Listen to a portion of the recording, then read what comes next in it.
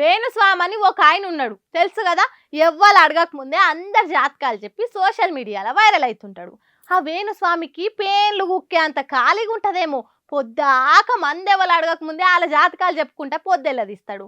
ఆ పొద్దెల్లే కాలజ్ఞానంతోటే కావచ్చు ఇప్పుడు పవనాల జాతకం చెప్పిండు. ఓటర్లే కాదు ఆఖరికి గ్రహాలు కూడా పవనాలకు అనుకూలంగా లేవట. ఓటకు లేని బచ్చా సైనిక్స్ తప్ప గ్రహాలు ఏవి పవనాల చుట్టూ తిరుగుతలేవట. ఇప్పుడే కాదు పవనాలు ఎప్పటికైనా ఫెయిల్యూర్ పొలిటీషియనే. ఆయన జన్మల సీఎం గాడు. ఆయనకు రాజకీయాలు పనికిరావని వేణుస్వామి దివ్య దృష్టితోటి జాతకం చూసి చెప్పిండు. ఎందుకు అనంటే టీడీపీ చేతిలో మోసపోతందుకే పవన్ కళ్యాణ్ కి అవకాశం ఎక్కువ ఉన్నది. చంద్రబాబుది పుష్యమి నక్షత్రము, పవన్ కళ్యాణ్ది ఉత్తరాషాఢం మకర రాశి. కాబట్టి వీళ్ళిద్దరి జాతకాలు పొసగవు. ఇలా జాతకం ప్రకారం ఓటు బదులయ్యే ఛాన్స్ కూడా లేదని కొత్త జాతకం బయట పెట్టిండు ఉత్తర జాతకాల స్వామి. అయ్యా పేనుస్వామి, రాజకీయాలు జాతకాలను బట్టి ఉంటాయా? అట్లే ఉంటే ప్రతి ఒక్కరికి సీఎం కావాలని ఉంటది. జాతక పరిహారాలు చేసుకొని అందరు అట్లనే అయిపోతుండే కదా. అయినా నీ తానుకొచ్చి ఎవడు అడిగిండు నేను పవనాలు జాతకం చెప్పమని? అయినా అడగందే జాతకం చెప్పొద్దు అనే కామన్ సెన్స్ అనేది ఒకటి ఏడ్చి వస్తుంది కదా అని అనుకుంటే ఈయన గారి జాతకం ఇన్నోళ్ళు కొందరు మండిపడుతున్నారు.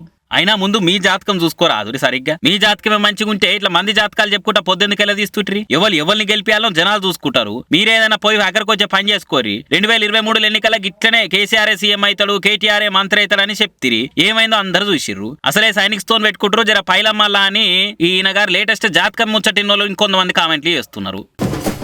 పాపం పడ్డ కష్టం అంతా బూడిదలో వచ్చిన బూస్ట్ పౌడర్ లెక్క అయిపోయాయి కదా.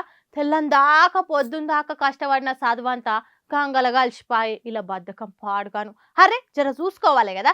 సర్కార్ ఎంట్రన్స్ పరీక్షలు అంటే పోరలకి ఎన్ని జాగ్రత్తలు చెప్తారో అలా శారణ మందమన్న ఆఫీసర్లు ఫాలో అయితే మంచిగా ఉంటుంది. కానీ ఏం చేస్తాం, ఒక్క మంచి చేసిన తప్పిదం వల్ల 100 మంది నోట్లల్ల మన్ను పడ్డది. మనం పరీక్ష రాసి వచ్చినాక ఎట్లా రాసినవే, ఎన్ని మార్కులు వస్తాయే, ఏ క్వశ్చన్లు వచ్చినాయి అనుకుంటా మన దోస్తులతోని కూర్చొని ముద్దుగా ముచ్చట పెడతాం. అది కామని. గిట్లనే గీ పోరలు కూడా దోస్తులకు ఫోన్ చేసి పరీక్ష ఎట్లా రాసిర్రు అని అడిగితే వాళ్ళ పరీక్ష పేపర్ ఒక లెక్క, వీళ్ళ పరీక్ష పేపర్ ఒక లెక్క ఉందని తెలిసి నెత్తి మీద పిడుగుపడ్డ కథ అయింది. కొమ్రంభీం ఆసిఫాబాద్ మోడల్ స్కూల్లో నీట్ పరీక్ష పెట్టిర్రు. అందులో 323 మందికి 299 మంది పొలగాళ్ళు పరీక్ష రాసిర్రు.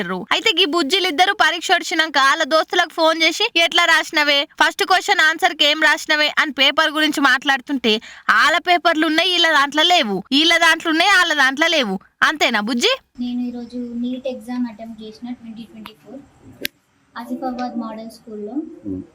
నేను ఈరోజు రాసిన నీట్ ఎగ్జామ్ పేపర్కి ఇంకా వేరే సెంటర్స్లో జరిగిన నీట్ ఎగ్జామ్ పేపర్కి అస్సలు ఒక్క క్వశ్చన్ కూడా మ్యాచ్ కాలేదు. నేను చాలామంది ఫ్రెండ్స్ని అడిగి కనుక్కున్నా. హైదరాబాద్లో రాసిన వాళ్ళని, వేరే మంచిర్యాలలో రాసిన వాళ్ళని, ఇంకా సంగారెడ్డి వేరే సెంటర్స్లో రాసిన వాళ్ళందరినీ కనుక్కున్నా.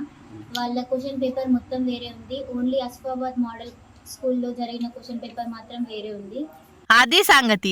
ఇక అనుమానం వచ్చి పరీక్ష పెట్టిన ఆఫీసర్లను అడిగితే తప్పైంది, ఎస్బీఐ బ్యాంక్ నుంచి పట్టుక రావాల్సిన పేపర్ ను కెనరా బ్యాంక్ నుంచి పట్టుకొచ్చిన, అందుకే గిట్లా తికమక అయిందని చేతులు దులుపుకుండు. దీని మీద ఎట్లకైనా మాకు న్యాయం చేయాలి. మేము ఇంతకాలం చదివిన చదువు పనికిరానట్టే కదా. మళ్ళా పరీక్షలకు ఎన్నెండ్ల నాగాలి. దేశమంతా ఒక పరీక్ష రాస్తే మేము ఒక పరీక్ష రాసినాం. అధికారుల బద్ధకం వల్ల మా బతుకులు నాశనం కావాలా అనుకుంటా గట్టిగానే అరుచుకుండ్రు పిల్లగాండ్లయితే. మరి దీని మీద ఆఫీసర్లు ఏం యాక్షన్ తీసుకుంటారో, ఎసొంటి న్యాయం చేస్తారో చూడాలిగా. మల్లో పారిగిసొంటి తప్పిదం కాకుండా చూసుకోరి సార్లు. అనవసరంగా పిల్లల భవిష్యత్ ఖరాబు. మీకు కూడా చెడ్డ పేరు అనుకుంటా సలహాలు ఇస్తురట ముచ్చటేరుకైనోళ్ళు.